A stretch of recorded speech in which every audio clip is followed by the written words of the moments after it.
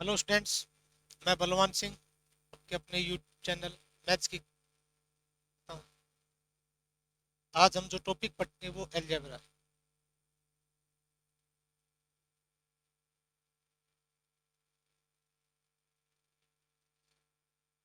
ये टॉपिक बच्चों को काफ़ी मुश्किल लगता है और टॉपिक में जब बच्चे सवाल बनाते हैं तो उन्हें काफ़ी डर लगता है। लेकिन मैं दावा करता हूँ मैं वो कंटेंट दूंगा अलजेब्रा में जो अब तक किसी भी एजुकेटर ने नहीं दिया है। मैं बिल्कुल बेसिक से लेके चलूंगा। कुछ दिन बाद आपको लगेगा कि आप हर सवाल को बना सकते हैं। अगर आपने बेसिक को थोड़ा सा सीखा तो चाहे कोई नया सवाल भी आए आप उसको भी क्या कर लेंगे, बना लेंगे, इजीली बनाएंगे आप कभी सोचते हैं कि टीचर सवाल क्यों बना लेते हैं और आपसे कोई नया सवाल क्यों नहीं बनता है? क्योंकि आप बेसिक को नहीं पढ़ते हैं। इसलिए आपको क्या होता है, सवाल बनाने में दिक्कत आती है। बट मैं जो कंटेंट दूंगा, जो चीज पढ़ाऊंगा यहाँ पे, अगर आपने उसको शुरू से लास्ट तक फॉलो किया, मैं स्टार्टिंग में इस टॉपिक का बेसिक बताऊंगा। उसके बाद मैं हर छोटी से छोटी अप्रोच से आपको सवाल सोल्व करना सिखाऊंगा और इससे आपके अंदर कॉन्फिडेंस आएगा और आपको बार बार कोई कोर्स खरीदने की जरूरत नहीं पड़ेगी। ठीक है, तो मैं पहले बता देता हूँ कि अलजेब्रा में हम क्या क्या पढ़ेंगे। तो पहली चीज पढ़ेंगे अलजेब्रा में हम वेरिएबल। हमें ये समझना होगा कि वेरिएबल क्या होता है। जब तक हम वेरिएबल को नहीं समझेंगे तब तक हम अलजेब्रा को नहीं समझ सकते। दूसरी चीज हमें समझनी होगी कांस्टेंट।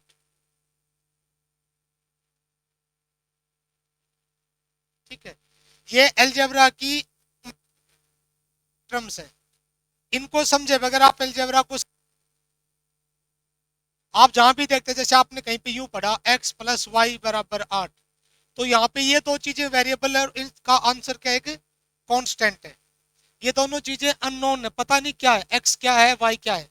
दो नंबर जिनका जोड़ 8 है, तो ये पहला नंबर x है, ये अननोन नंबर है, दूसरा भी अननोन नंबर है और इनका रिजल्ट एक नोन नंबर आ रहा है।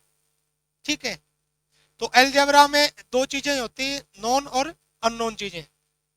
तीसरी चीज हम पढ़ेंगे पोलिनोमियल।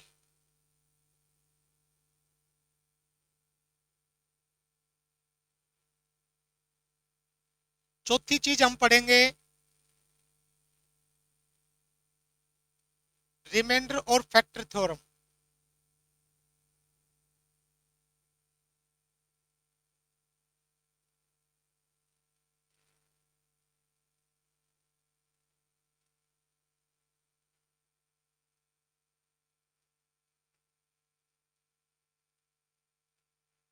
चौथी चीज हम पढ़ेंगे रिमाइंडर और फैक्टर थ्योरम। उसके बाद हम पढ़ेंगे थ्योरी ऑफ इक्वेशंस।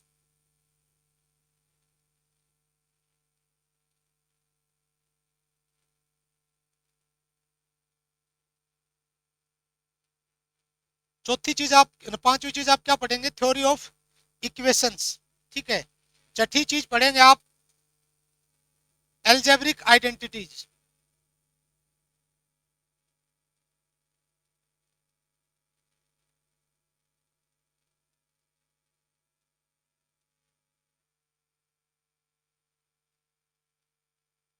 और सातवीं चीज पढ़ेंगे आप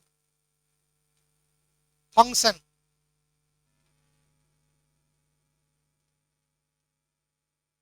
ठीक है, फंक्शन में आप फंक्शन, डोमेन, रेंज, जो मैक्सिमम मिनिमम वैल्यू आपसे पूछी जाती है, सब इसी इसी में आते हैं।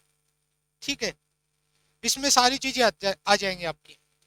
तो आपने अगर ये चीजें एक बार डिटेल में पढ़ी, उसके बाद नया सवाल हो पुराना हो, कितना भी नया सवाल, कैसा भी सवाल आपसे पूछे, आप हर सवाल को क्या कर सकते हैं, सोल्व कर सकते हैं। आपको मतलब शॉर्ट ट्रिक्स ढूंढने की जरूरत नहीं, आप खुद नए नए तरीकों से सवाल को सोल्व करेंगे, वो भी बहुत छोटे छोटे तरीकों से। ठीक है, तो मैं आज जो स्टार्ट करूंगा वो पहले मैं वेरिएबल बताऊंगा, कांस्टेंट बताऊंगा और पॉलिनोमियल की डेफिनेशन दूंगा और मैं टाइप्स ऑफ पॉलिनोमियल को डिस्कस करूंगा आज। ठीक है, उसके बाद अगले वीडियो में हम पॉलिनोमियल उसका थोड़ा सा और डिटेल पढ़ेंगे। उसके बाद हम रिमाइंडर और फैक्टर थ्योरम पढ़ेंगे। फिर उससे अगले वीडियो में थ्योरी ऑफ इक्वेशंस पढ़ेंगे। उससे अगले वीडियो में हम एल्जेब्रिक आइडेंटिटीज पढ़ेंगे। उससे अगले वीडियोज में हम फंक्शन के बारे में पढ़ेंगे। अगर कोई भी बच्चा इन चीजों को बेहतर समझने की कोशिश करेगा तो उसको कभी भी अलजेब्रा में किसी भी सवाल में चाहे कैसा भी सवाल आए उसको कभी दिक्कत नहीं आएगी, ये मेरा दावा है। और आप एक बार इन चीजों को करके देखिएगा, आपको ये नहीं है कि आपको बार बार अलजेब्रा पढ़ने की पढ़ने की जरूरत होगी। आपने एक बार अलजेब्रा पढ़ा, फिर एक महीने बाद आप भूल गए, आपको फिर अलजेब्रा पढ़ना पड़ेगा, ऐसा नहीं होगा। आप कहीं से कैसा भी सवाल पूछ लिया जाए, अगर आपने ये चीजें पढ़ ली ना तो आप क्या कर सकते हैं, उस सवाल को बना सकते हैं, उसको सोल्व कर सकते हैं। तो अब मैं स्टार्ट कर रहा हूं। मैं सबसे पहले वेरिएबल और कांस्टेंट से स्टार्ट कर रहा हूं। मैं बिल्कुल जीरो लेवल से चीजें लेके चलूंगा और फिर जब ये चीजें आपको समझ में आएंगी तब आपके अंदर स्पीड अपने आप आ जाएगी। आप सवाल को आराम से मतलब तेजी से सोल्व कर सकते हैं। तो मैं सबसे पहले वेरिएबल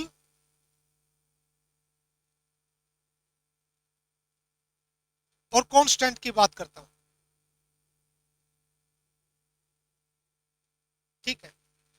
वेरिएबल क्या होता है आप ये समझिएगा। वेरिएबल होता है अननोन क्वांटिटी, ये वेरी वर्ड से बना है। वेरी का मतलब होता है चेंज। अभी मैं इसका मीनिंग बताऊंगा। ये अननोन क्वांटिटी है।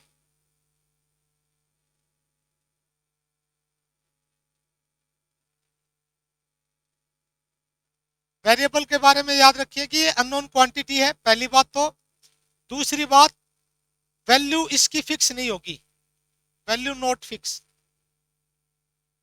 मैं क्या बातें कर रहा हूं, क्या कह रहा हूं, मैं अभी आपको समझाऊंगा। दूसरी चीज होती है कांस्टेंट। इसमें क्या होगा, ये नॉन क्वांटिटी होगी।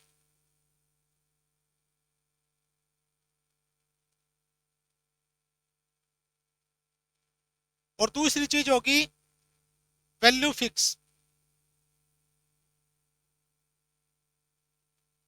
ये नॉन क्वांटिटी होगी और इसकी वैल्यू क्या होगी, फिक्स होगी। अब कुछ बच्चों को समझ में नहीं आएगा सर अननोन क्वांटिटी क्या है। देखो मैं आपको एक एग्जांपल से समझाता हूं ये बात। पहले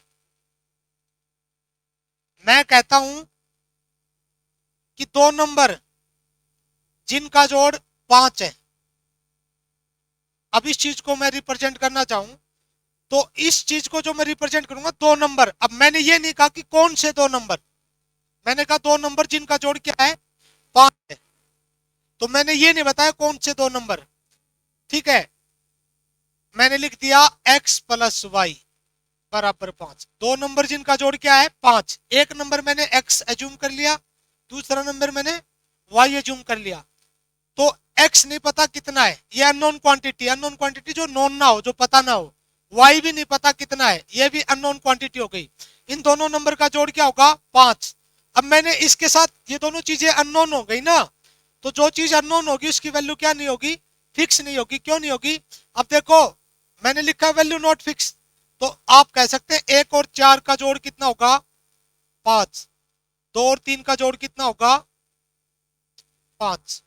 तो देखो x एक बार तो 1 भी आ सकता है, 2 भी आ सकता है, x क्या आ सकता है, y क्या आ सकता है, 4 भी आ सकता है, 3 भी। तो ये जो चीज है ना, ये अननोन है। मैंने कहा था दो नंबर जिनका जोड़ 5 है, मैंने बताया कि कौन से दो नंबर। अब मैंने ये नहीं बताया दो नंबर, तो ये चीज वेरिएबल हो गई। ये चीज क्या हो गई, वेरिएबल हो गई। और वेरिएबल की वैल्यू क्या नहीं होगी, फिक्स नहीं होगी। क्योंकि देखो 5 जोड़ 1 और 4 का भी आ सकता है और 2 और 3 का भी आ सकता है। तो आपको उम्मीद है कि वेरिएबल की डेफिनेशन समझ में आई होगी कि वेरिएबल क्या होता है। ये एक अननोन क्वांटिटी होती है, इसकी वैल्यू क्या नहीं होती, फिक्स नहीं होती। लेकिन अब कांस्टेंट को फिर से समझिए, कांस्टेंट को भी समझिए अब आप।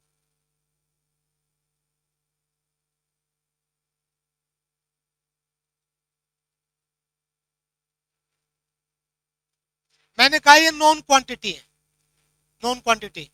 तो मैं ये बोल दूं 3 और 2 का जोड़ 5 है,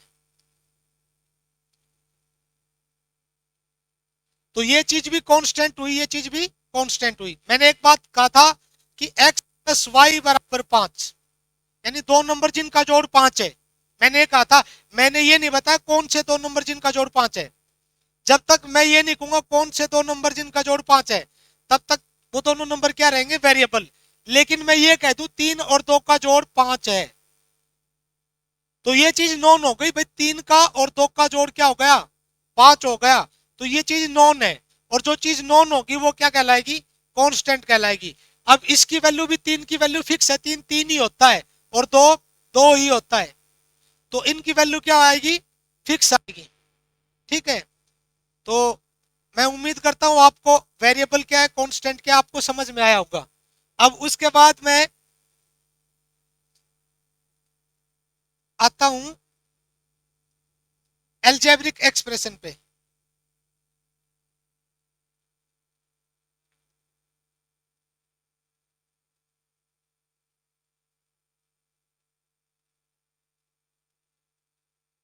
पॉलिनोमियल को समझने से पहले हमें अलजेब्रिक एक्सप्रेशन समझना होगा। ठीक है, तो मैंने दो टर्म्स डिफाइन की, एक तो वेरिएबल, एक कांस्टेंट।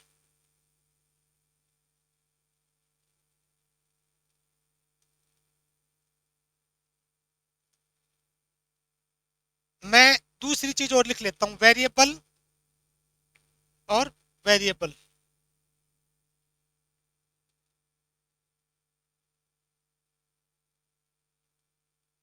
अब जो वेरिएबल और कांस्टेंट है आपके पास सामने, एक बार वेरिएबल और वेरिएबल है, इनमें रिलेशन होगा ना, इनमें रिलेशन, वो क्या कहलाएगा, अलजेब्रिक एक्सप्रेशन कहलाएगा। वेरिएबल कांस्टेंट में रिलेशन या वेरिएबल और वेरिएबल में रिलेशन, वो चीज क्या कहलाएगी, अलजेब्रिक एक्सप्रेशन कहलाएगा।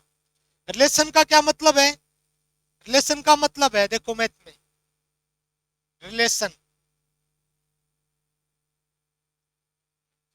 आपके पास चार ऑपरेशन है, यही रिलेशन हो कि वेरिएबल को कांस्टेंट में जोड़ दो तो भी क्या होगा, अलजेब्रिक एक्सप्रेशन बनेगा।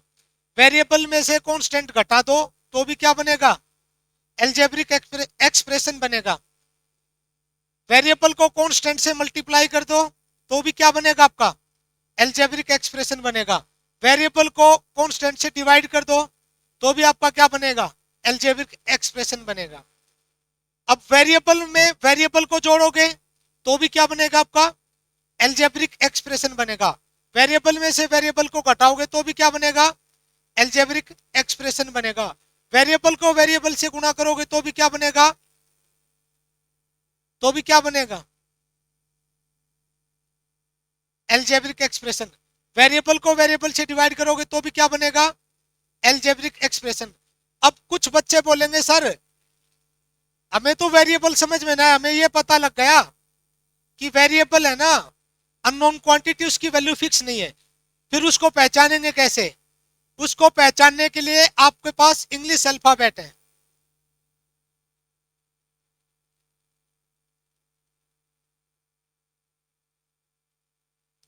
इसके जो स्मॉल लेटर है ना,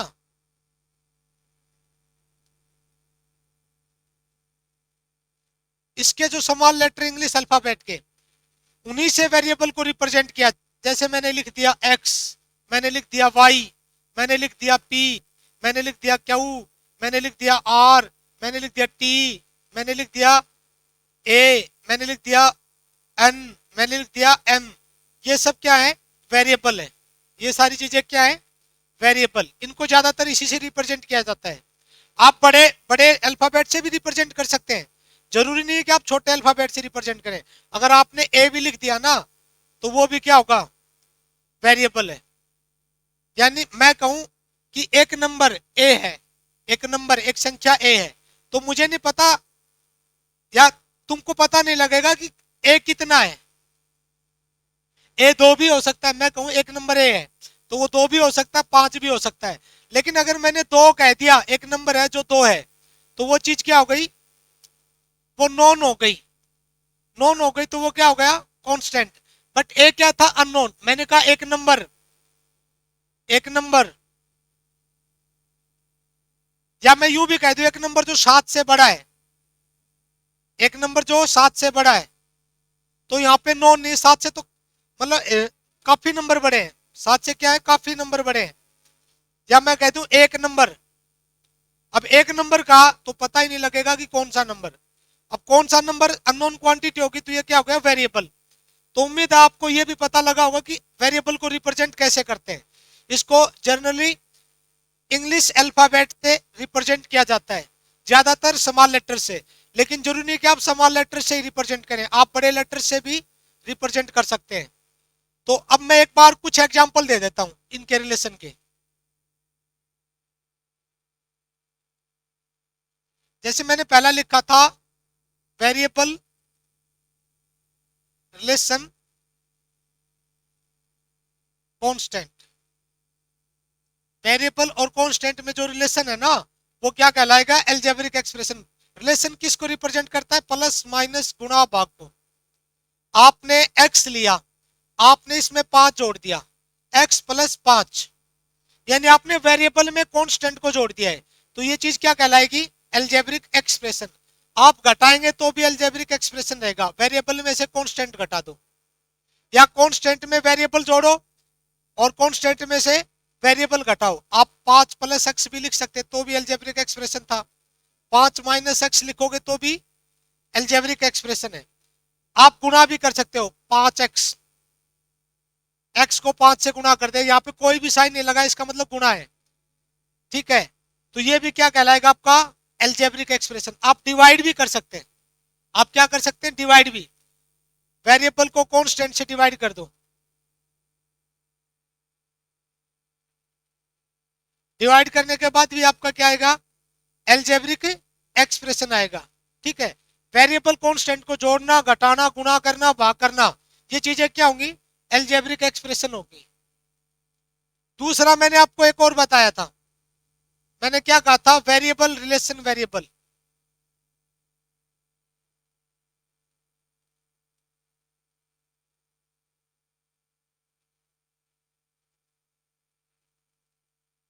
वेरिएबल का वेरिएबल से रिलेशन, ये भी क्या करेगा, अलजेब्रिक एक्सप्रेशन। जैसे मैं एक वेरिएबल एक्स ले लिया, दूसरा मैंने दूसरा वेरिएबल ले लिया, इन दोनों को जोड़ो, घटाओ, गुणा करो या भाग करो, आपको क्या मिलेगा, अलजेब्रिक एक्सप्रेशन मिलेगा। तो आप आसानी से समझ सकते हैं कि वेरिएबल और कांस्टेंट में रिलेशन, रिलेशन किससे बनेगा, जोड़ घटा गुणा भाग। जैसे कल मैं यूं लिख दूं, x square plus y square प्लस 3xy प्लस 5, तो ये अलजेब्रिक एक्सप्रेशन है। ये अलजेब्रिक एक्सप्रेशन कैसे है कि वेरिएबल देखो, एक्स स्क्वायर का मतलब है एक्स को एक्स से गुणा किया है, वाई को वाई से गुणा किया है, प्लस, अब देखो वेरिएबल कांस्टेंट को वेरिएबल से गुणा किया है, दो अलग अलग वेरिएबल से, साथ में मैंने एक कांस्टेंट और जोड़ दिया है। यानी वेरिएबल कांस्टेंट को जोड़ना, घटाना, गुणा करना, भाग करना, ये चीज क्या कहलाएगी, अलजेब्रिक एक्सप्रेशन कहलाएगी। उम्मीद आपको ये चीज समझ में आई होगी। एक छोटी सी बात और बता देता हूं मैं आप लोगों को,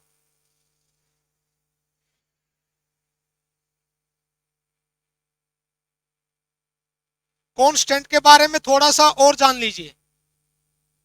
कांस्टेंट, कांस्टेंट के बारे में हमने क्या कहा था कि नॉन क्वांटिटी है और इसकी वैल्यू क्या होगी, फिक्स होगी। इसकी वैल्यू क्या होगी, फिक्स होगी। जो चीज नॉन क्वांटिटी है और उसकी वैल्यू फिक्स है तो वो चीज क्या कहलाएगी, कांस्टेंट। अब कोई बच्चा कहेगा सर कौन से होंगे कांस्टेंट, तो आप नंबर लाइन की तरफ देखो, नंबर लाइन पे जितने भी नंबर है ना, सारे नंबर क्या होते हैं, रियल नंबर। जितने भी रियल नंबर्स है ना, वो सारे क्या है, कॉन्स्टेंट्स हैं। सारे रियल नंबर क्या है भाई, कॉन्स्टेंट्स हैं, ठीक है। मैं ये कह दूं 5 कॉन्स्टेंट है, मैं ये कह दूं 3/4 कॉन्स्टेंट है, मैं ये कह दूं कि 2.3 ये भी कॉन्स्टेंट है, मैं ये कह दूं 2.3 पे बार ये भी कॉन्स्टेंट है, मैं ये कह दूं √3, तो ये चीज भी कॉन्स्टेंट हो गई, ठीक है। तो जितने भी रियल नंबर है ना वो सारे क्या है, कॉन्स्टेंट्स हैं। और कल कॉन्स्टेंट पे कुछ पूछा भी जा सकता है, क्या पूछा जा सकता है कि कांस्टेंट कितने तरह के होते हैं, तो आपको ये चीज भी बता देता हूं। कल मान लो इसी पे पूछ लिया जाए सवाल कि कितने तरह के कांस्टेंट होते हैं, तो दो तरह के कांस्टेंट होते हैं, एक होता है एब्सोल्यूट कांस्टेंट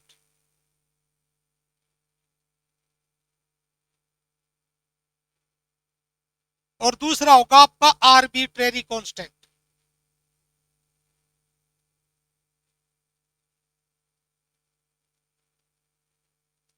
एब्सोल्यूट कांस्टेंट कौन सा होता है?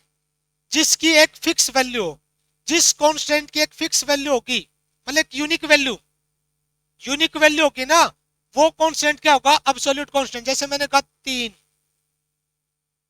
ये आपका क्या होगा? एब्सोल्यूट कांस्टेंट होगा। आर्बिट्रेरी, जो फैमिली ऑफ कांस्टेंट्स को रिप्रेजेंट करेगा, वो क्या होगा? Arbitrary constant. इसकी जो आर्बिट्रेरी कांस्टेंट है ना, इसकी कोई पर्टिकुलर वैल्यू निकालनी है तो उसके लिए कोई पर्टिकुलर कंडीशन होगी। उसके लिए क्या होगी? आपको सवाल में पर्टिकुलर कंडीशन गिवन होगी। जैसे कुछ बच्चों ने अगर 12th का मैथ पढ़ा हो तो इनडेफिनेट इंटीग्रेशन पढ़ा होगा। जब इंटीग्रेशन करते थे तो वहां पे लास्ट में प्लस सी एक कांस्टेंट जोड़ते थे, और वो सी क्या था? एक आर्बिट्रेरी कांस्टेंट था। तो सी सी एक से ज्यादा वैल्यू ले रहा होता था। सी क्या करता था? ज्यादा वैल्यू लेता था, और उसकी एक कोई पर्टिकुलर वैल्यू निकालनी थी ना। इंटीग्रेशन, इनडेफिनेट इंटीग्रेशन क्या करता है? फैमिली ऑफ कर्व को रिप्रेजेंट करता है। तो फैमिली ऑफ कर्व को रिप्रेजेंट करता है, तो उसमें क्या होंगे? इनफाइनाइट, आपके इनफाइनाइट कॉन्स्टेंट्स होंगे। तो जो एक से ज्यादा कॉन्स्टेंट्स को रिप्रेजेंट करे वो क्या होता है? Arbitrary constant. उसकी कोई पर्टिकुलर वैल्यू निकालनी है तो आपको आपको क्या मिलेगी? कोई ना कोई कंडीशन मिलेगी। इसके बारे में ज्यादा नहीं जानना आपको, बस इतना सा जानना। जो जिन बच्चों को समझ में आया तो ठीक है, नहीं आया तो छोड़ो। आपको ये जानना, कल ये सवाल पूछ लिया जाए कि कितने तरह के कांस्टेंट है? दो तरह के कांस्टेंट है, एक आपका एब्सोल्यूट कांस्टेंट है, दूसरा आपका आर्बिट्रेरी कांस्टेंट है। तो उम्मीद है आपको ये चीज समझ में आई होगी। अब मैं अलजेब्रिक एक्सप्रेशन में दो तीन टर्म्स और डिफाइन कर देता हूं। टर्म्स, टर्म्स का मतलब जैसे मैं ये लिख दूं x प्लस वाई, तो यहाँ कितनी चीजें लिखी गई हैं? यहाँ पे दो चीजें लिखी गई हैं। कितनी चीजें लिखी गई हैं? दो चीजें लिखी गई हैं। ये दोनों चीजें है ना, अगर वेरिएबल अलग हो और इनकी डिग्री, अभी मैं डिग्री पे बात करूंगा। डिग्री जैसे मैं कहूं x रेज टू पावर 3, तो x आपका बेस होगा, 3 क्या होगी? आपकी डिग्री। यहाँ पे डिग्री होगी, ठीक है। तो अगर वेरिएबल सेम है और डिग्री सेम है तो वो चीज कहलाएगी आपकी लाइक टर्म।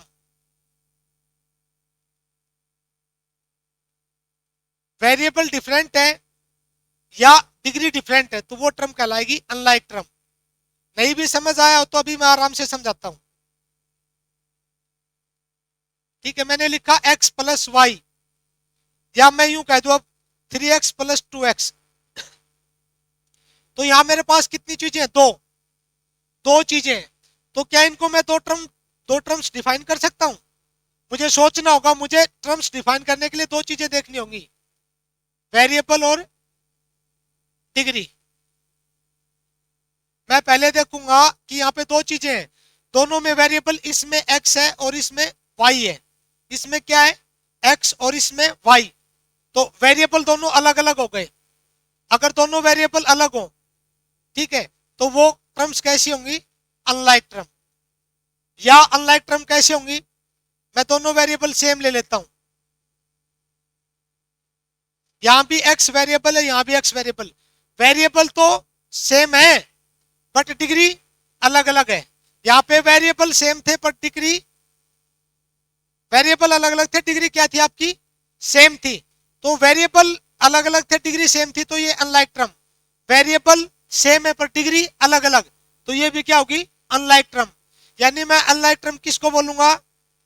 या तो वेरिएबल सेम ना हो या डिग्री सेम ना हो। तो ऐसे में क्या होंगी? अलग अलग टर्म्स होंगे। अब यहाँ पे एक दो टर्म, यहाँ कितनी टर्म हो गई? Two terms.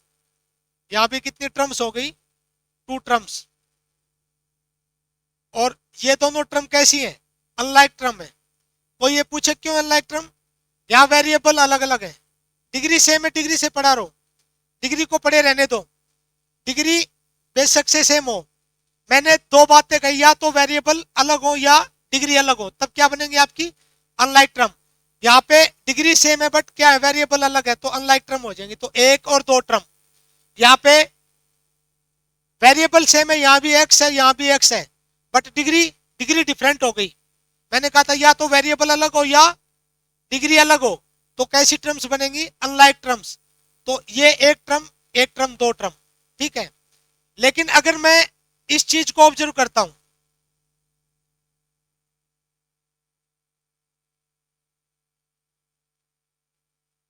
तीन एक्स प्लस दो एक्स, तो देखो मुझे इससे इससे मतलब नहीं रखना है, मुझे सिर्फ वेरिएबल और वेरिएबल की डिग्री से मतलब रखना है। वेरिएबल क्या है यहाँ पे एक्स एक्स, वेरिएबल सेम है, डिग्री डिग्री भी सेम है, वेरिएबल भी सेम हो डिग्री भी सेम हो, वो टर्म्स कैसी होंगी लाइक टर्म। और लाइक टर्म है ना, अब इनको एक और दो नहीं जोड़ेंगे, इनको जोड़ दिया जाएगा, इनको जोड़ के एक बना लिया जाएगा। तो अनलाइक टर्म है ना, वो मैंने ये लिख दिया x plus y plus z. तो देखो यहाँ पे वेरिएबल अलग है तो अनलाइक टर्म है, तो एक टर्म दो टर्म तीन टर्म, ये तीन टर्म हो गई, इनको ज्यों का त्यों लिख देंगे। लेकिन यहाँ पे मुझे इनसे गिनतियों से मतलब नहीं था, कांस्टेंट से, मुझे सिर्फ वेरिएबल और उसकी डिग्री से मतलब है लाइक और अनलाइक टर्म डिफाइन करने के लिए। यहाँ पे वेरिएबल एक्स, यहाँ पे वेरिएबल एक्स, यहाँ पे डिग्री एक, यहाँ पे डिग्री एक, तो लाइक टर्म होती है ना वो आपस में जुड़ेंगी भी घटेंगी भी, ठीक है। तो मैं क्या करूंगा, तीन एक्स और दो एक्स को जोड़ दूंगा पांच एक्स, तो ये एक सिंगल टर्म आ गई, तो ये सिंगल टर्म हो गई, ठीक है। तो लाइक टर्म को जोड़ दिया जाएगा घटा दिया जाएगा। जैसे कल कोई ये कहे आपसे ये पूछ ले, सात एक्स प्लस थ्री एक्स तीन प्लस नौ, इसमें कितनी टर्म है, तो सबसे पहले आप क्या देखो वेरिएबल्स, यहाँ भी एक्स है यहाँ भी एक्स है और यहाँ कुछ नहीं है तो हम एक्स जीरो कर सकते हैं, एक्स की कोई डिग्री नहीं है जीरो है। तो वेरिएबल यहाँ भी एक्स है यहाँ भी एक्स है यहाँ भी एक्स है, ठीक है। तो क्या हो गया, वेरिएबल तो सेम है बट डिग्री यहाँ पे एक है यहाँ पे तीन है यहाँ पे जीरो, डिग्री अलग हो गई, वेरिएबल सेम हो गई डिग्री अलग हो गई। तो ये अनलाइक टर्म है, इन अनलाइक टर्म को ज्यों का त्यों लिखा जाएगा, इनको ना तो जोड़ सकते ना घटा सकते। तो एक टर्म दो टर्म तीन टर्म, आपको यहाँ कितनी टर्म्स मिलेंगी, तीन टर्म्स मिलेंगी। तो इसमें तीन टर्म्स हो गई। लेकिन मैं अगर कल यूं कह दूं कि 12x plus 8x plus 9x, यहाँ पे कितनी टर्म हुई, तो देखो आप कांस्टेंट को थोड़ी देर के लिए भूल जाइए, आप वेरिएबल देखो x, इस यहाँ पे डिग्री कितनी एक एक एक, तीनों जगह x है और डिग्री सेम है, तो ये लाइक टर्म हो गई, ये क्या हो जाएंगी जुड़ जाएंगी। तो 12 8 20 और 9 29, या आप यूं भी कर सकते थे, यहाँ पे x कॉमन ले लेंगे, x कॉमन ले लो, 12 प्लस 8 प्लस 9, 12 8 20 9 29, तो 29x, या आप इसको यूं भी लिख सकते थे x 29, ये भी आगे आ सकता है, ये भी, क्यों, कॉम्यूटेटिव प्रॉपर्टी ऑफ मल्टीप्लीकेशन, ठीक है। यहां तक चीजें समझ में आई होंगी, ठीक है। लाइक टर्म आपको समझ में आएगी, लाइक टर्म और अनलाइक टर्म को आप क्या कर सकते हैं, जोड़ सकते हैं। लाइक टर्म को आप जोड़ सकते हैं घटा सकते हैं गुणा कर सकते हैं भाग कर सकते हैं, बट अनलाइक टर्म को आप ना तो जोड़ सकते हैं ना घटा सकते, गुणा तो कर सकते हैं, पर गुणा करेंगे तब क्या करेंगे, जैसे मैं एक्स और वाई को गुणा करूं तो मैं इसको ज्यों का त्यों लिखूंगा, क्योंकि ये क्या है एक्स और ये वाई, वेरिएबल अलग है डिग्री सेम है, तो इनको मैं ज्यों का त्यों लिखूंगा। लेकिन मैं अगर एक्स और एक्स को गुणा करता तो मैं क्या करता, अब वो फार्मूले मैं वो आपको बाद में पढ़ाऊंगा, a raise to power m n वाले, एक्स एक्स क्या होगा एक्स पावर दो, यहाँ पे जो गुणा में बेस एक जैसा हो तो पावर क्या हो जाती है जुड़ जाती है। तो उम्मीद आपको ये चीजें समझ में आई होंगी। अब मैं कुछ और चीजें बताता हूं।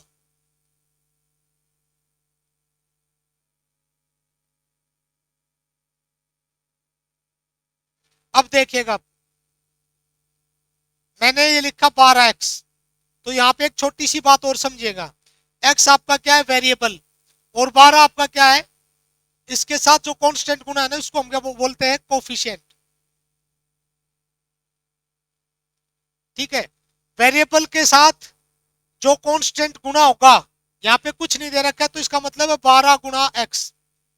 मैं इसको 12x लिख दिया, इसका मतलब 12 गुना एक्स। तो कोफिशिएंट क्या होगा आपका? आपका कोफिशिएंट क्या होगा भाई? 12। ठीक है। वेरिएबल के साथ जो कांस्टेंट गुना होगा उसको हम क्या कहेंगे? कोफिशिएंट। ठीक है। अब मैं कुछ चीजें और डिस्कस कर लेता हूं। मैं आ जाता हूं पोलिनोमियल पे।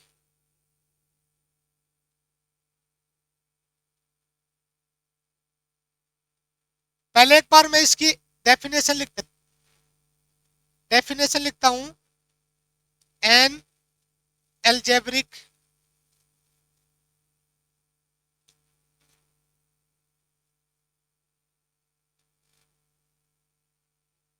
in which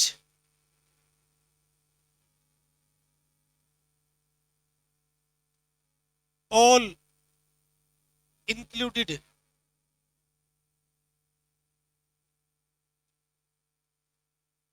variables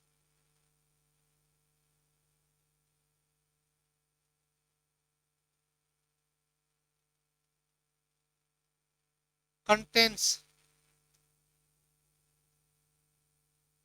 their degree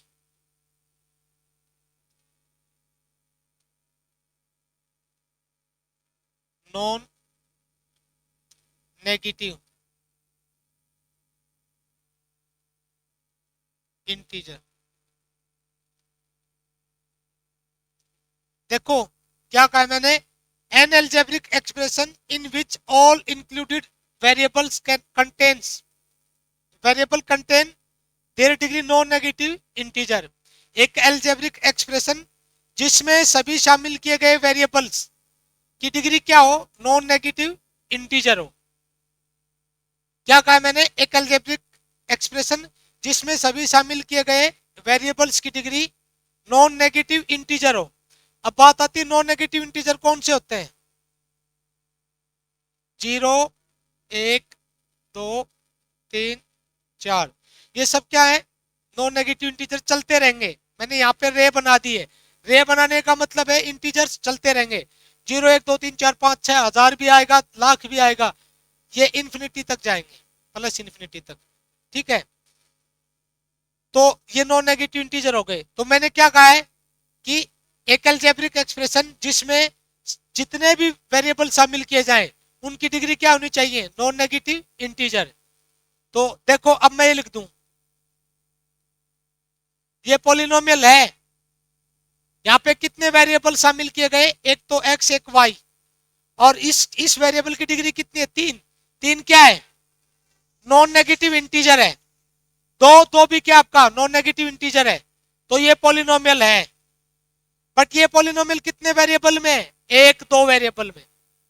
तो आपके जो सिलेबस में जो पॉलिनोमियल है ना, वो वन वेरिएबल पॉलिनोमियल है। कौन सा है? One variable polynomial. तो मैं उस पे बात करता हूं, वन वेरिएबल पॉलिनोमियल पे।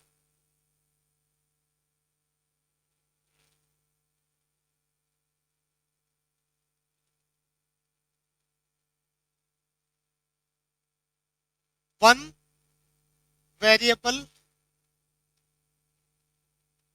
पॉलिनोमियल, इसको आप बोलते हैं यूनिवेरिएट पॉलिनोमियल।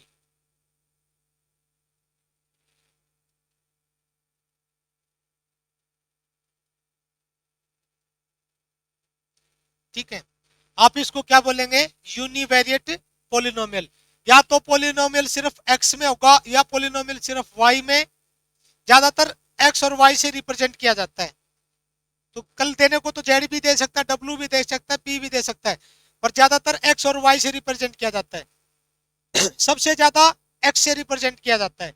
तो मैं यूनिवेरिएट पॉलिनोमियल की डेफिनेशन लिख देता हूं। जो वेरिएबल है ना, मैंने पॉलिनोमियल की डेफिनेशन क्या बताई थी? जितने भी इंक्लूडेड वेरिएबल है। तो यूनिवेरिएट पॉलिनोमियल में एक वेरिएबल इंक्लूड होता है, या तो एक्स ही होगा या वाई। तो क्या होगा कि जो इंक्लूडेड वेरिएबल उसकी डिग्री क्या थी? Non negative integer.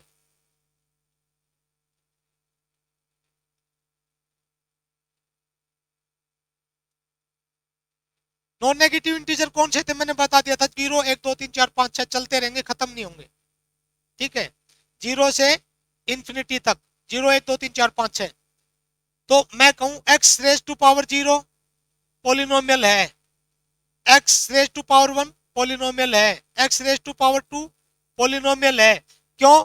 क्योंकि वेरिएबल की डिग्री क्या रही, non negative integer, 0 non negative integer है, 1 भी नॉन नेगेटिव इंटीजर है, तो भी नॉन नेगेटिव इंटीजर है। लेकिन अगर मैं कल यूं कहूं x रेज टू पावर 1/3, ये है पोलिनोमियल? नहीं है।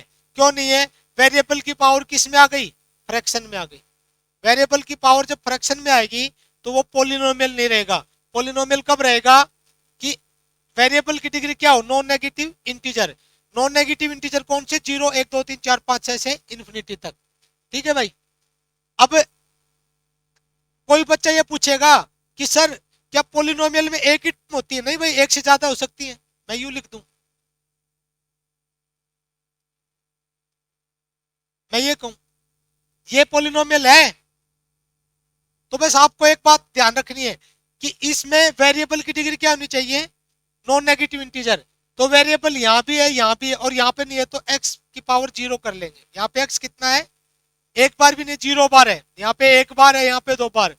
तो यहाँ पे देखो, यहाँ वेरिएबल की पावर तो नॉन नेगेटिव इंटीजर हो गई, यहाँ पे कुछ नहीं है तो 1, ये नॉन नेगेटिव इंटीजर हो गई, यहाँ पे 0। तो ये पोलिनोमियल है। और ये कौन सा पोलिनोमियल है अभी मैं बताऊंगा, ये क्वाड्रेटिक पोलिनोमियल होगा। कैसा होगा, क्वाड्रेटिक पोलिनोमियल। तो पोलिनोमियल की जो सिंगल वेरिएबल में पोलिनोमियल है उसको हम क्या कहते हैं, यूनिवेरिएट पोलिनोमियल। और उसकी डेफिनेशन क्या बताई है कि वेरिएबल की पावर नॉन नेगेटिव इंटीजर। इसमें एक टर्म भी आ सकती है, 2 भी आ सकती है, 3 भी, और कितनी भी टर्म। ठीक है भाई, इसमें कितनी भी टर्म्स आ सकती है। किसी भी पोलिनोमियल में एक से लेकर कितनी टर्म्स हो सकती हैं, कितनी भी टर्म्स हो सकती हैं, इनफाइनाइट टर्म्स हो सकती है।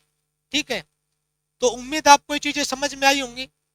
तो अब मैं थोड़ा सा इसकी स्टैंडर्ड फॉर्म पे आता हूं, फिर मैं पोलिनोमियल का क्लासिफिकेशन करूंगा किसके बेसिक्स पे, डिग्री के बेसिक्स पे। Classification of polynomial.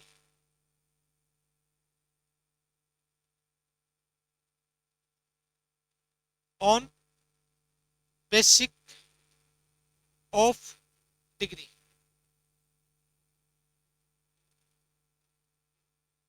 पोलिनोमियल कई टाइप्स के होते हैं। सिमेट्रिक, साइक्लिक, गया, तो वो हम बाद में पढ़। डिग्री के बेसिक्स पे पोलिनोमियल का क्लासिफिकेशन करेंगे। डिग्री के बेस पे कौन कौन से पोलिनोमियल होते हैं आपने पढ़ा होगा, जैसे 9वीं 10वीं क्लास में कांस्टेंट पोलिनोमियल,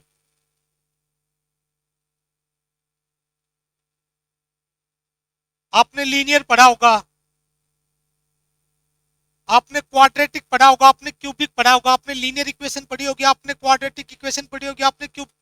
तो ये सारी चीजें यहीं से निकल के आती हैं। ठीक, तो मैं एक बार बताता हूं आपको। जब मैं डिग्री के बेसिक्स पे पोलिनोमियल का क्लासिफिकेशन करूंगा तो उससे पहले मुझे एक चीज समझनी होगी, क्या, standard form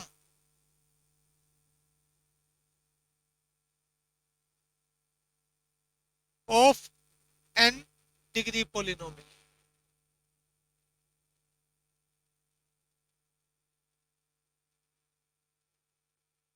standard form of n degree polynomial. अन का मतलब क्या है, मैंने कहा था ना वेरिएबल की डिग्री क्या होनी चाहिए, नॉन नेगेटिव इंटीजर।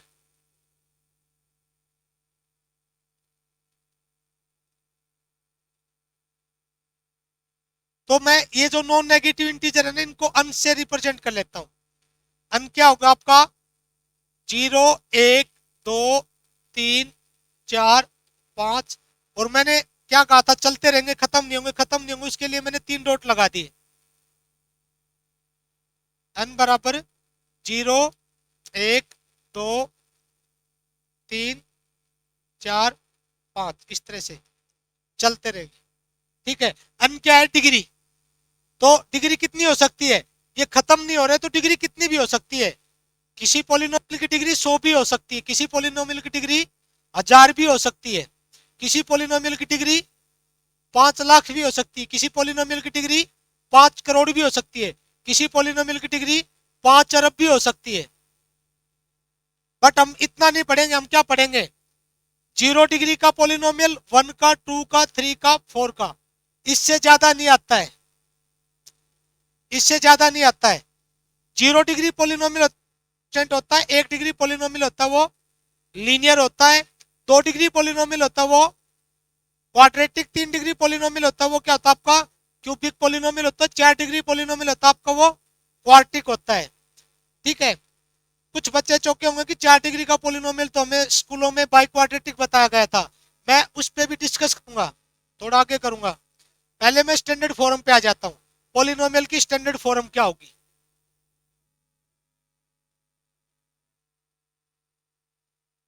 किसकी? n डिग्री पोलिनोमियल की। तो a n x n plus a n minus one x n minus one plus a n minus two x n minus two और प्लस बीच में मैंने डॉट डाल दिए, मतलब ये इसी तरह से n minus three n minus four इस तरह चलता रहेगा। और फिर लास्ट में क्या पहुंचेगा? a3 x3 a2 x2 और आगे आपका plus a1 x1 plus a0। ये n डिग्री के पोलिनोमियल की क्या है? स्टैंडर्ड फॉर्म है। ठीक है, अब मैं यहाँ पे दो चीजें बता देता हूं। an minus one, an minus two, an minus three और ये चलते चलते a3 a2 a1 और a0, ये सारी चीज पता क्या कहलाएंगी? ये कोफिशिएंट्स होंगे। कोफिशिएंट्स कौन से होते हैं? रियल नंबर कॉन्स्टेंट्स होते हैं, ये कोफिशिएंट्स होंगे।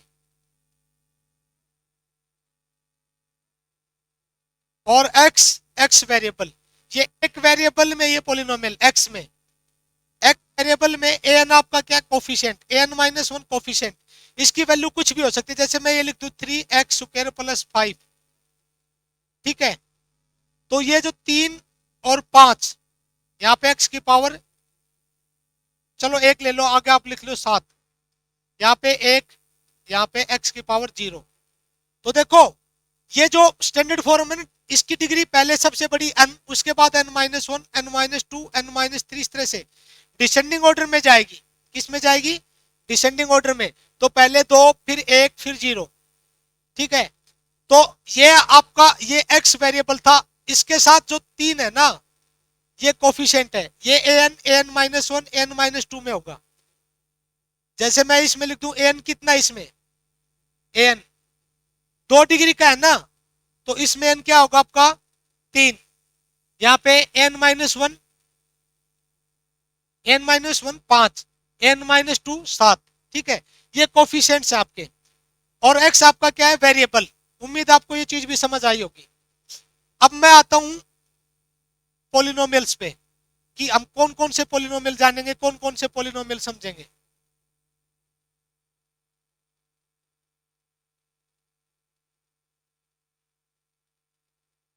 यहाँ पे n देखो, n का धन क्या हो सकता है? आपका n हो सकता है 0 1 2 3 4 5 6 और इस तरह से चलते रहेंगे, खत्म नहीं होंगे, खत्म नहीं होंगे। वैल्यू की चलती रहेगी। तो आप एक चीज नोट करना है यहाँ पे, अगर आप n बराबर 0 रखोगे, यहाँ पे n बराबर 0 रख दिया आपने इसमें स्टैंडर्ड फॉर्म में, तो आपको एक पोलिनोमियल मिलेगा, यानी डिग्री 0 हो गई। n का मतलब था डिग्री, डिग्री 0 हो गई तो आपको एक पोलिनोमियल मिलेगा कांस्टेंट।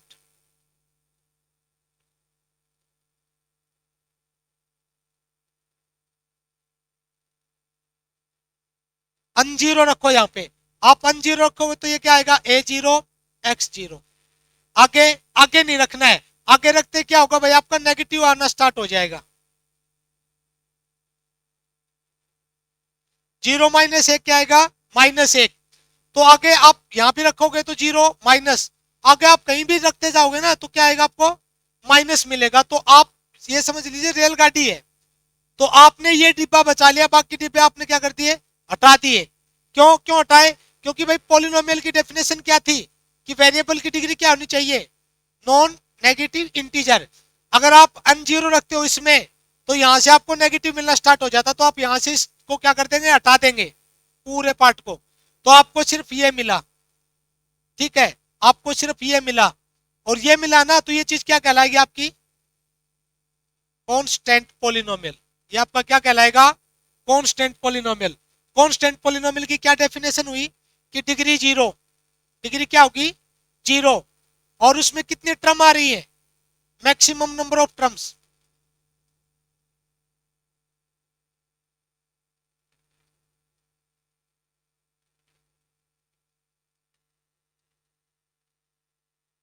ठीक है, तो इसमें कितनी टर्म्स है, इस पॉलिनोमियल में स्टैंडर्ड डिग्री वाले में पूछूंगा, तो जितनी डिग्री है ना उसमें एक जोड़ देना, n प्लस एक टर्म्स होंगी, मैक्सिमम नंबर ऑफ टर्म्स कितनी होंगी, n प्लस एक।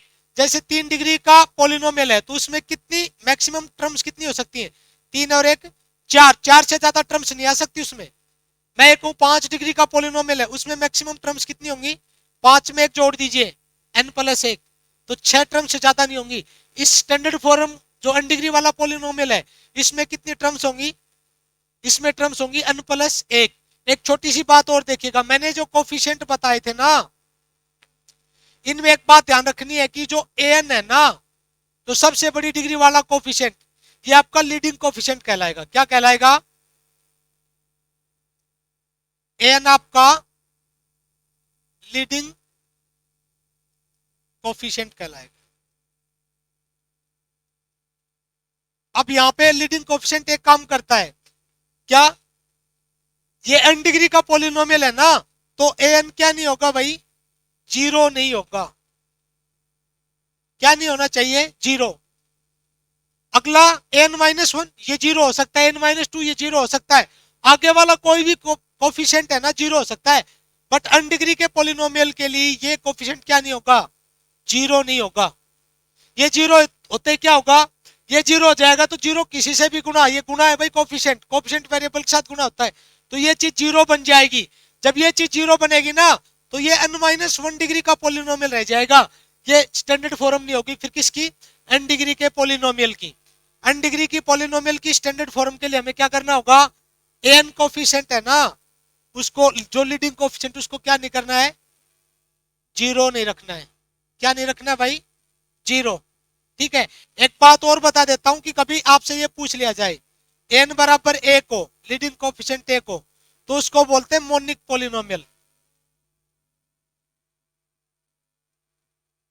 कभी ऐसा सवाल पूछ भी लिया जाए, उसको उसको बोलते हैं मोनिक पॉलिनोमियल।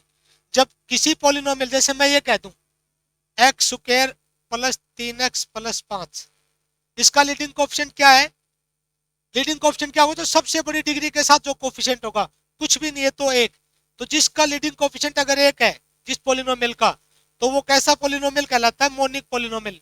ये बात भी अगर पूछ ली जाए तो मैंने बता दिया है, ध्यान रख लीजिएगा।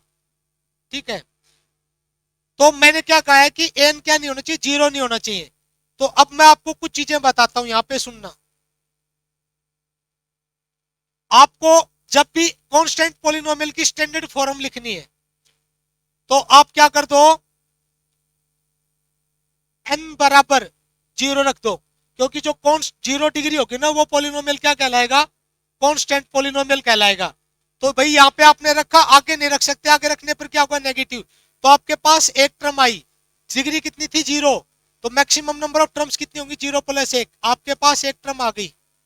ठीक है, ये जो वेरिएबल है ना, वेरिएबल को ऐसे कैसे रखो, और ये जो आएंगे ना इनको आप ए बी सी इनसे रिप्लेस करते रहना। ठीक है, जैसे आपने आपने कांस्टेंट किया तो सिर्फ ए आएगा, लीनियर में ए और बी आएगा, क्यूबिक में ए बी सी, ये ए बी सी क्या आपके कोफिशिएंट होंगे, क्या होंगे भाई, कोफिशिएंट्स होंगे। ये आपके कोफिशिएंट्स होंगे, D B E B F B. ठीक है, कोफिशिएंट्स क्या होते हैं? रियल नंबर कॉन्स्टेंट्स होते हैं, ये सारे रियल नंबर है। वेरिएबल आपका सिर्फ क्या होगा?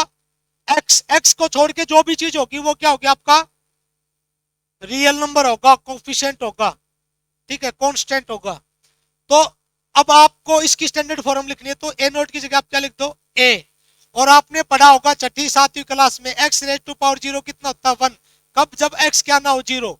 जीरो को छोड़ के किसी भी नंबर की पावर अगर आप एक करते हो तो वो क्या होता है? 1। तो एक्स को आप क्या करोगे? जीरो रखोगे। एक्स की पावर जीरो रखोगे तो क्या होगा? ये 1। तो ये कितना आ जाएगा? ए ही आ जाएगा। तो कांस्टेंट पॉलिनोमियल की स्टैंडर्ड फॉर्म होगी ए। ए का मतलब हमने कहा था लीडिंग कोफिशिएंट ए जीरो। ये आपका क्या नहीं होना चाहिए? जीरो नहीं होना चाहिए। तो ए क्या है? जीरो को छोड़कर कोई भी रियल नंबर कांस्टेंट पॉलिनोमियल होगा।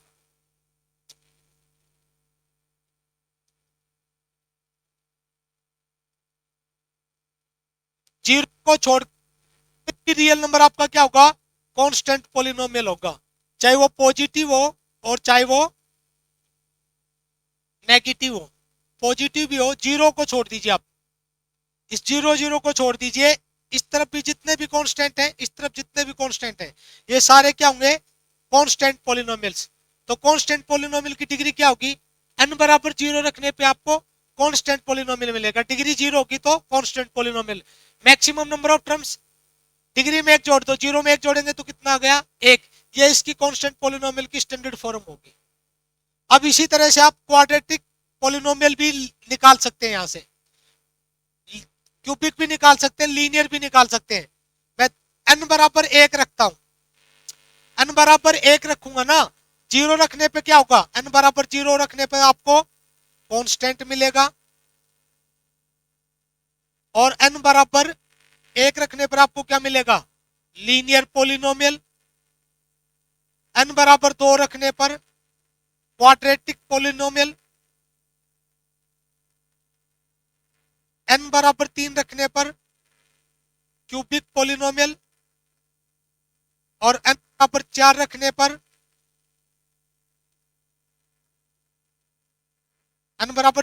पर आपको मिलेगा क्वार्टिक पॉलिनोमियल। पांच रखोगे तो क्विंटिक मिल जाएगा, लेकिन उससे आगे आपको पर नहीं। पांच छह सात आठ, आप जितनी डिग्री रखोगे ना उतनी बड़ी डिग्री का पॉलिनोमियल मिल जाएगा, लेकिन हम ये पढ़ते हैं, हमारे सिलेबस में यही आते हैं। ठीक है, कांस्टेंट, लीनियर, क्वाड्रेटिक, क्यूबिक और क्वार्टिक। ठीक है, तो आपको क्या करना है? n बराबर जीरो रखोगे तो आगे की सारी टर्म जीरो हो जाएंगी, एक टर्म बचेगी। जब n जीरो तो एक टर्म बचेगी, वो क्या होगा? आपका लीनियर। आपका जो a जीरो आएगा ना उसको रिप्लेस कर देना a से। अगर आप n बराबर एक रखोगे तो आगे सब जीरो हो जाएगा। आपके पास एक तो ये टर्म बचेगी, एक ये टर्म, दो टर्म बचेंगी। तो जो लीनियर पॉलिनोमियल है ना, उसमें मैक्सिमम कितने टर्म्स हो सकते हैं? दो। ठीक है, आप यहाँ पे मैं रख के दिखाता हूँ, इसमें रखता हूँ n बराबर एक, तो a1 x1, n की जगह पे एक रख रहा हूँ। ए एक में से एक घटाऊंगा तो क्या आएगा? जीरो, ए नोट। और x n में से एक घटाऊंगा तो जीरो। तो x वेरिएबल आपका, ये बाकी आपके कोफिशिएंट है। तो आपका ये जो लीडिंग कोफिशिएंट है ना, ये क्या नहीं होना चाहिए? जीरो नहीं होना चाहिए। मैंने पहले बता दिया था, जीरो होते क्या होगा? उससे पिछली डिग्री वाला पॉलिनोमियल बन जाएगा। जीरो हो जाएगा तो ये क्या बनेगा? जीरो डिग्री वाला कौन सा बनता है? कांस्टेंट पॉलिनोमियल, अभी मैंने बताया था। तो आप यहाँ पे एक बात देखिएगा कि मैं a1 को रिप्लेस कर देता हूं a से। a इसका कोफिशिएंट है, रियल नंबर ये। और a नोट को रिप्लेस कर देता हूं b से। x की पावर जीरो क्या होगा? एक। तो b को एक से गुणा करूंगा, क्या आएगा? b। तो आपका यहाँ पे एक a क्या नहीं होगा भाई? जीरो नहीं होगा। लीडिंग कोफिशिएंट क्या नहीं होगा? जीरो। तो b जीरो हो सकता है सर? हाँ, b जीरो हो सकता है। मैंने कहा लीडिंग कोफिशिएंट जीरो ना हो, बाकी हो सकते हैं। तो इसमें मैक्सिमम कितनी टर्म्स आती है? एक, दो। कितनी टर्म आ गई भाई? दो टर्म्स आ गई। तो पहली टर्म आपकी जीरो नहीं होगी, दूसरी हो सकती है। जैसे एग्जांपल दे दूं मैं, ये आपका क्या? Linear polynomial. ए कितना है? इसकी standard form ax plus b. A आपका कितना है? तीन। बी कितना है? चार। ये जो ए बी है ना, ये आपके क्या होंगे? रियल नंबर होंगे। और एक्स आपका क्या होगा? वेरिएबल होगा। ठीक है, कल मैं यू लिख दूं 3x, तो ये भी लीनियर पोलिनोमियल है।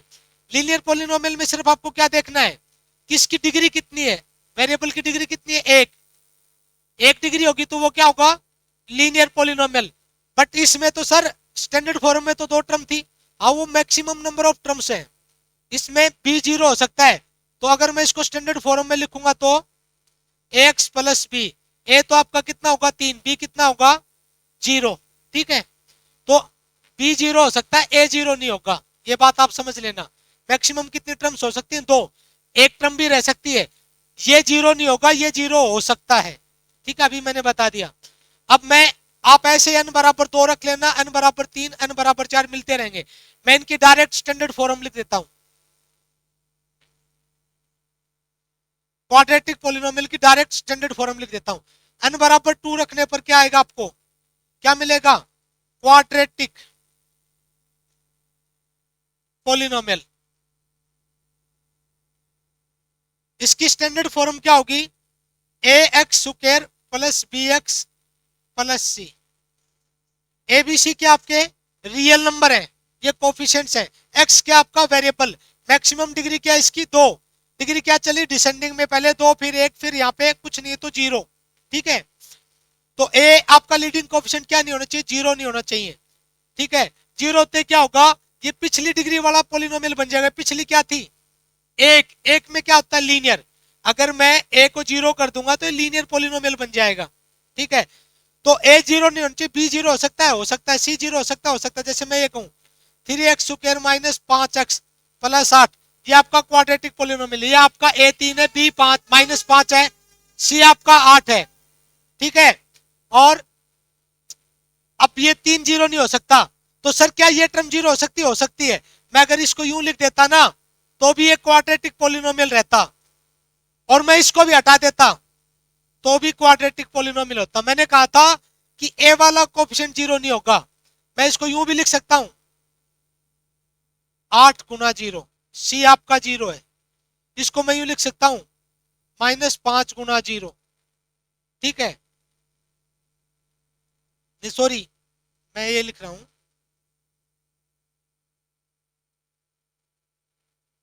मैं इसको यूं लिख सकता था, मैं इसको 0 कर देता, 3x स्क्वायर प्लस 0x और प्लस सी को भी 0 कर दूं, तो ये दोनों चीजें 0 हो जाएंगी, तो क्या बने तब भी क्वाड्रेटिक। अगर सिर्फ ये दोनों 0, ये सिर्फ कांस्टेंट 0 था, तो ये और ये भी क्या बना रहा आपका क्वाड्रेटिक। मैंने कहा सिर्फ लीडिंग कोएफिशिएंट क्या नहीं होना चाहिए, 0 नहीं होना चाहिए। अब n बराबर 3 रखने पर क्या आएगा आपको, n बराबर 3 रखने पर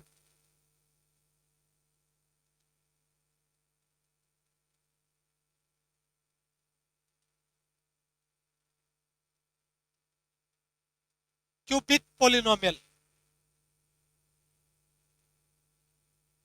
n बराबर 3 रख दीजिए, आपको क्या मिल जाएगा, क्यूबिक पोलिनोमियल मिल जाएगा, ठीक है भाई।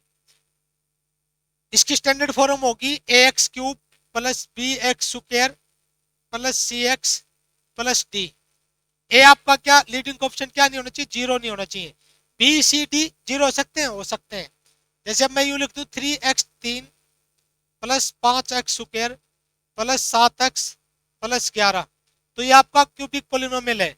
इसमें मैक्सिमम नंबर ऑफ टर्म्स कितनी होंगी, जितनी डिग्री है ना उसमें एक जोड़ दो, 3 में से एक जोड़ दो, क्या आ सकती है 4, ज्यादा से ज्यादा टर्म 4 हो सकती है, 3 भी हो सकती है, 2 भी हो सकती है और 1 भी हो सकती है। बट हाँ, मैं इसको हटा दूंगा तो भी एक क्यूबिक पोलिनोमियल होगा, इसको भी हटा दूंगा तो भी क्यूबिक पोलिनोमियल होगा, इसको हटा दूंगा तो भी ये क्यूबिक पोलिनोमियल होगा। एक टर्म भी हो सकती है, 2 भी 3 भी।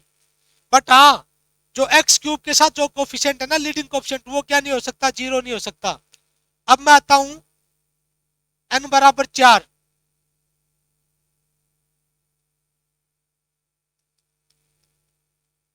इसको बोलते हैं क्वार्टिक पोलिनोमियल।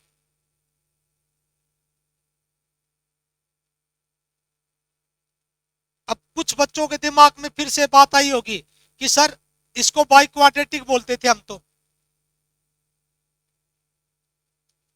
डिग्री का जो पोलिनोमियल है ना उसको हम क्या बोलते थे, बाई क्वाड्रेटिक। इसकी स्टैंडर्ड फॉर्म देखो पहले, x 4 plus b x 3 plus c x square plus d x plus e. ठीक है, आपका जो लीडिंग कोएफिशिएंट होगा वो क्या नहीं होगा, जीरो नहीं होगा। इसमें मैक्सिमम टर्म्स कितनी आ सकती है, जितनी डिग्री उसमें एक जोड़ दीजिए 5। तो सर इसको बाई क्वाड्रेटिक बोल देते थे हम। भैया बाई क्वाड्रेटिक नहीं है, क्वाड्रेटिक पोलिनोमियल होता है। क्या होता है, क्वाड्रेटिक पोलिनोमियल। तो बाई क्वाड्रेटिक क्यों बोलते थे सर, भाई बाई क्वाड्रेटिक किसको बोलते हैं अभी बताता हूँ। X 4 plus c x square plus e. ठीक है सर, इसकी डिग्री भी 4, हाँ बाई क्वाड्रेटिक की डिग्री भी 4 होती है। बट बाई क्वाड्रेटिक पोलिनोमियल है ना, उसमें हर टर्म में क्या होगी, वेरिएबल की डिग्री इवन होगी। यहाँ पे 4, यहाँ पे 2, यहाँ पे कुछ नहीं है तो 0। जो ओड टर्म थी ना, ओड डिग्री वाली टर्म, वो हटा देते हैं बाई क्वाड्रेटिक। अगर ये ओड वाले इसमें ओड वाले और लिख देंगे तो वो क्या बनेगा, आपका क्वाड्रेटिक पोलिनोमियल बनेगा। तो इसी तरह से n बराबर 5 रखेंगे तो आपको क्या मिलेगा, n बराबर 5 रखने पर आपको क्विंटिक पोलिनोमियल मिल जाएगा। 6 रख के अगला पोलिनोमियल मिलेगा, 7 भी रख सकते हैं, 8 9 10 हजार तक, लाख करोड़ कुछ भी रख सकते हैं आप। बट सर ऐसा भी हो क्या कि सर आपने कांस्टेंट पोलिनोमियल बताया तो आपने कहा था कि 0 को छोड़ के जितने भी रियल नंबर है ना वो कांस्टेंट पोलिनोमियल है। तो सर 0 क्या होगा, आपने सारे रियल नंबर तो किसमें शामिल कर दिए, पोलिनोमियल में। आपने 0 को छोड़ दिया तो लो भाई 0 को नहीं छोड़ेंगे, 0 को नहीं छोड़ेंगे। 0 क्या है, 0 को हमने बोल दिया 0 पोलिनोमियल। 0 को हमने क्या बोल दिया, 0 पोलिनोमियल। कांस्टेंट पोलिनोमियल क्या थे, सारे पॉजिटिव रियल नंबर सारे नेगेटिव रियल नंबर। बट 0 क्या नहीं था, आपका कांस्टेंट पोलिनोमियल नहीं था। तो 0 को क्या करें, इसको भी हमने पोलिनोमियल बना दिया। हमने इसको क्या कहा कि भाई तू 0 पोलिनोमियल है। अब सर इसकी डिग्री क्या होगी, सर 0 डिग्री तो हमने कांस्टेंट को दे दी, एक हमने लीनियर को, 2 क्वाड्रेटिक को, 3 क्यूबिक को, 4 क्वाड्रेटिक को, 5 क्विंटिक को। इस तरह से आगे जो चलती जाएंगे किसी न किसी पोलिनोमियल को मिलती है। सर 0 को तो कोई डिग्री नहीं मिल रही है, नहीं मिल रही है तो क्या कर दें, हम कह देंगे degree not define, degree not define. ठीक है, इसकी डिग्री क्या होगी, नॉट डिफाइन। हाँ इसमें टर्म सिर्फ एक होगी, वो कौन सी होगी, 0। उम्मीद है आपको ये चीजें समझ आई होंगी। अभी मैं बेसिक पढ़ा रहा हूं, आगे मैं सवाल भी लेके आऊंगा। आप ये छोटी छोटी चीजें समझो एक बार। आप इन चीजों को जब समझेंगे ना, उसके बाद कहीं से कैसा भी सवाल आए, कितना भी हार्ड किसी भी जगह से आए, आप उस सवाल को सोल्व कर सकते हैं। आप सवाल सोल्व क्यों नहीं कर पाते हैं, क्योंकि आपको बेसिक नहीं आता है। और जब बेसिक आएगा ना, अभी मैंने बेसिक बताया, आप इसको थोड़ा सा समझो, आप इसको थोड़ा सा समझने की कोशिश करना, आप इन चीजों को थोड़ा सा पढ़ने की कोशिश करना। उसके बाद में अब मैं अगले दिन क्या बताऊंगा, अब मैं फिर से पोलिनोमियल के टाइप्स ही बताऊंगा। कौन से, सिमेट्रिक पोलिनोमियल क्या होता है, साइक्लिक पोलिनोमियल क्या होता है, और आपका ये होमोजेनियस पोलिनोमियल क्या होता है। ठीक है, उसके बाद हम क्या करेंगे, रिमाइंडर थ्योरम पढ़ेंगे। रिमाइंडर थ्योरम पढ़ने के बाद मैं थ्योरी ऑफ इक्वेशन पे जाऊंगा। अभी आपने इक्वेशन के बारे में कुछ जाना ही नहीं है। ये जो वैल्यू वगैरह पुटिंग करते हैं ना, लोग कहते हैं कि हमने ये खोज दिया वो खोज दिया, तो कुछ भी खोज नहीं है। आपने इक्वेशन के बारे में ठीक से पढ़ा ही नहीं है, तो आप पता ना, आपको लगता है ये पता नहीं कैसे वैल्यू पुट कर लेता है, आप समझ जाते हैं की होगी। ऐसा कुछ भी नहीं है। जब मैं थ्योरी ऑफ इक्वेशन पढ़ाऊंगा ना, आपको बहुत सी चीजें मतलब आपको समझ आ जाएंगी, बहुत सी चीजें, मतलब अलजेब्रा थ्योरी ऑफ इक्वेशन तक जाते जाते खत्म होने लगेगा। उसके बाद मैं आपको पढ़ाऊंगा एल्जेब्रिक आइडेंटिटीज, एल्जेब्रिक आइडेंटिटीज। उसके बाद मैं आपको क्या पढ़ाऊंगा, उसके बाद पढ़ाऊंगा मैं आपको फंक्शन के बारे में पढ़ाऊंगा, domain, range, graph, maximum value, minimum value. ठीक है, आपसे सिंगल वेरिएबल वाले फंक्शन की मैक्सिमम मिनिमम वैल्यू पूछी जा सकती है। आपसे ये पूछी जाती है x square plus 3x plus 5, इसकी मैक्सिमम इसकी मिनिमम वैल्यू बताइए। तो जो मिनिमम वैल्यू पूछी जा रही है फंक्शन की पूछी जाती है। आपको बताया नहीं जाता फंक्शन क्या होता है, आपको सवाल पाए जाते हैं, चीजें रटवाई जाती हैं, और रटवाई जाती हैं चीजें फिर आपको क्या लगती है, मुश्किल लगती हैं, और इसीलिए आपको बार बार कोचिंग के लिए भागना पड़ता है। तो पहले ये वीडियो पूरा देखिएगा, मेरे 6 से 5 या 6 वीडियो आएंगे बेसिक्स पे। ये 5-6 वीडियो आप लगातार देखिए, इनको बार बार देखिए, कम से कम 8 से 10 बार देखिए। उसके बाद आप खुद अलजेब्रा पढ़ा सकते, किसी भी किताब को कोई भी सवाल, जब मैं एक बार सवाल सोल्व करवा दूंगा, मैं बताऊंगा कि आप इन चीजों को सवाल सोल्व करने में कैसे यूज करेंगे, तो आप कहीं से कोई भी कैसी भी किताब लगा लेना, आप सवाल सोल्व कर देंगे, आपको टाइम नहीं लगेगा। तो काफी लंबी क्लास हो गई है, अब अगली क्लास में मिलते हैं। चैनल को ज्यादा से ज्यादा शेयर करिएगा, मैंने काफी एफर्ट किया, काफी प्रयास कर रहा हूं मैं, आपको पूरा मैथ हर एक चीज का रीजन बता के पढ़ाऊंगा, मैं हर एक चीज का कारण बताऊंगा कि ये चीज कहां से आई, क्यों आई, टीचर सोर्स कैसे बनाते हैं, सब चीजें आपको बताऊंगा। आप चैनल को ज्यादा से ज्यादा लोगों में शेयर कीजिए ताकि मेरा भी उत्साह बढ़े, क्योंकि मैं जो कोशिश कर रहा हूं, जो प्रयास कर रहा हूं, वो क्या होना चाहिए, ज्यादा से ज्यादा लोगों तक पहुंचना चाहिए। तो चैनल को सब्सक्राइब कर लीजिए, इसको शेयर कीजिए, सभी टेलीग्राम ग्रुप्स में शेयर कीजिए, सभी व्हाट्सएप ग्रुप्स में शेयर कीजिए। अगले वीडियो में मिलते हैं, टेक केयर।